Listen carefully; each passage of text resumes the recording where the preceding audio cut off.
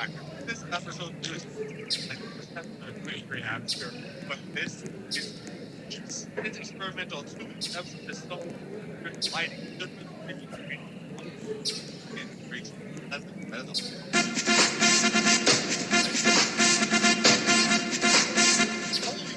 this show starts with like gold. I'm like getting this guy, like when you say that's a Scooby-Doo show, it's just like you say a Scooby-Doo show has great animation. Like before that understand how like what's the film came out the time it's doing them stylized that great with this. Holy crap. Like Scooby-Doo is an amateur right? He was are you sure his background and the animation is pretty interesting. But here, the one Scooby-Doo show is saying everything about it for animation is just interesting. Can't say that of any other Scooby-Doo. It's good with after best have. And another reason it helps with every garden. President never looked this good.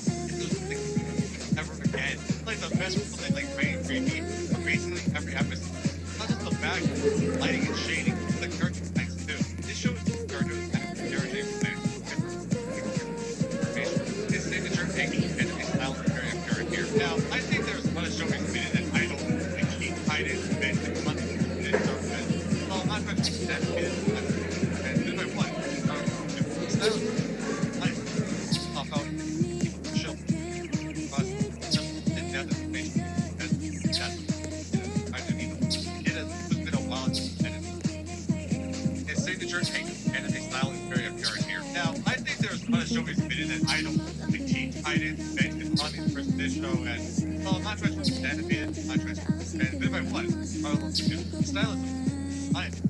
Pop out show and now the information and that's it has been a while. His signature you can't say that about any other Scooby after best half. It's another reason when this I record President never looked good. Ever again. It's like the best of things like rain, creepy, for basically every episode. Not just the back, lighting and shading, people like characters nice too. This shows the characters kind of narrative and perspective information. His signature and his style is very apparent here. Now, I think it's not a show we've made that I don't think this show. Well, I'm not trying to stand it. And by what? The style is nice. Pop out. The Destiny industry that I find to be it has always been a while to find a someone work with him. And it's tragic the fantastic artist, designer, and art director who had helped the production of so many iconic and beloved shows and plays in person.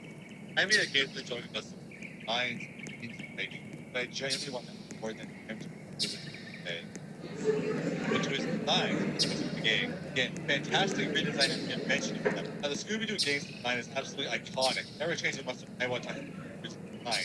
But there have been changes in the style and appearance of the file. This is a great change in design. Still mostly classic and very much design attributes from the original, but style is great with J.J. White's iconic English style. So I love that they have the not eyes of the original, but again, style is design. Plus, all the other character designs are great too. They are very unique, given J.J. White's style, but also give it a ton of personality and charm and felt. It's instantly going with their deals and design alone. But my god, the monster! He's the best monster from the many Scooby-Doos. You check hard on no time as the best. Now the classic show does have iconic monsters, even some of them scary.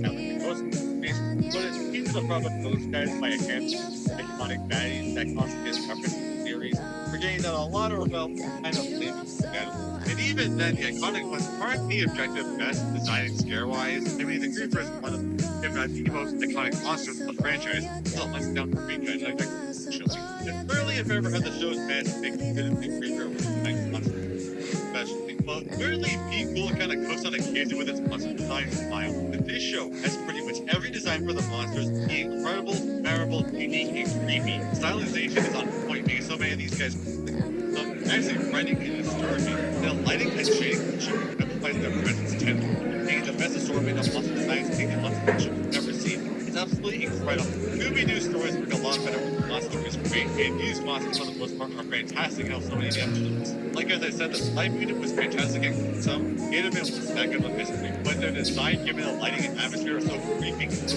the elegant hate them so much more because of it. Then there's the ghost truck, which they was pretty lame as exterior trucks and big rigs. But the man crab, just look at that thing. They didn't have to make it as looking gnarly and detailed as it is, but it looks so good. This show does such a good job with the monsters that they generally feel really ambitious. You always think, okay, maybe this one is actually legit. Try to be a Scooby-Doo show. It's great. But the later one, the hell is legitimately a perfect response.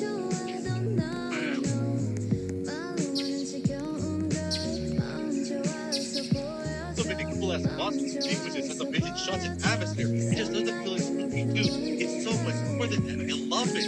It's one of those things where like everything about the show visually is spectacular. And I can't stop gushing about it. And again, from Scooby-Doo of all things, kind of like heard of it. Still with so much more positive than episode. Such great lighting and shades like El Rivico in the Monster Children. And Alice made it. Oh my god, it's one of the best authentic cartoons I've seen.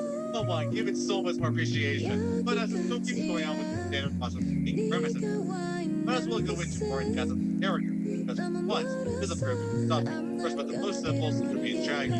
You guys are the mascots of the franchise and the fun. Their gags being basically ingrained out of it. For the most part, they keep that spirit, but eating and being cowards and being chasing.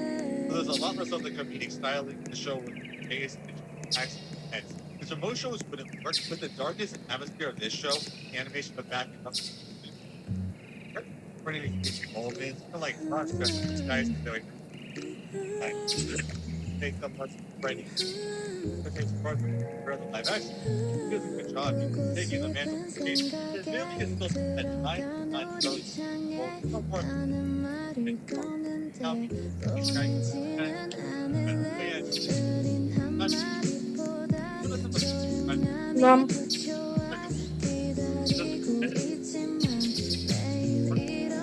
okay, you know, that's really what I don't look like.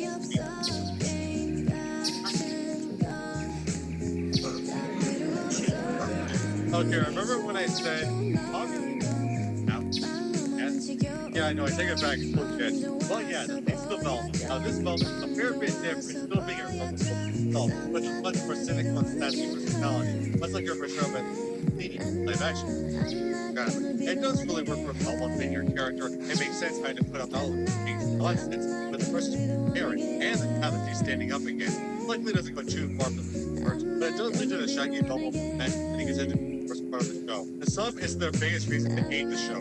Basically, every episode when it starts like halfway through the season goes with a very one set of relationship with Velma and Shaggy. Velma is completely diehard to make this wants to make Shaggy better in her mind, not really giving him a freedom. Well, open to it in the first place, he just wants to be more casual, connect to it, and live up to her expectations. Her and the ham is complete, which makes it come across as pretty toxic, with Velma constantly mad and not conveying to the relationship as much as she does. They enjoy some of the drama.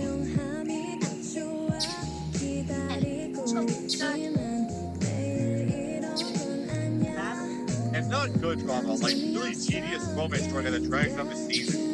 Like, 10 levels of terrible romance drama. If you get to that level, they both just stop. And yeah, I can't blame you for hating it. Even I hated it, but it was anything from 2 months. 8 months. Thinking it built all your driving novels to me too.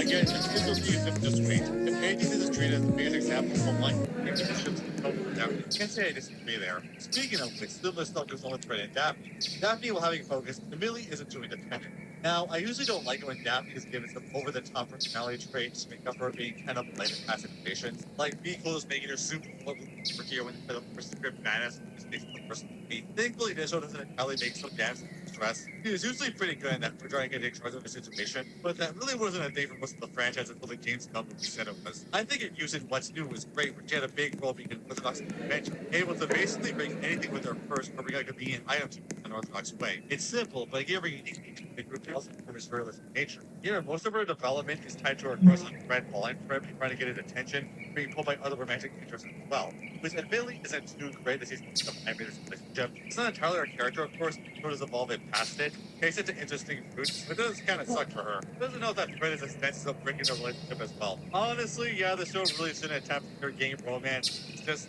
not good. It's really for the entire show. Sometimes everyone is like all to each other.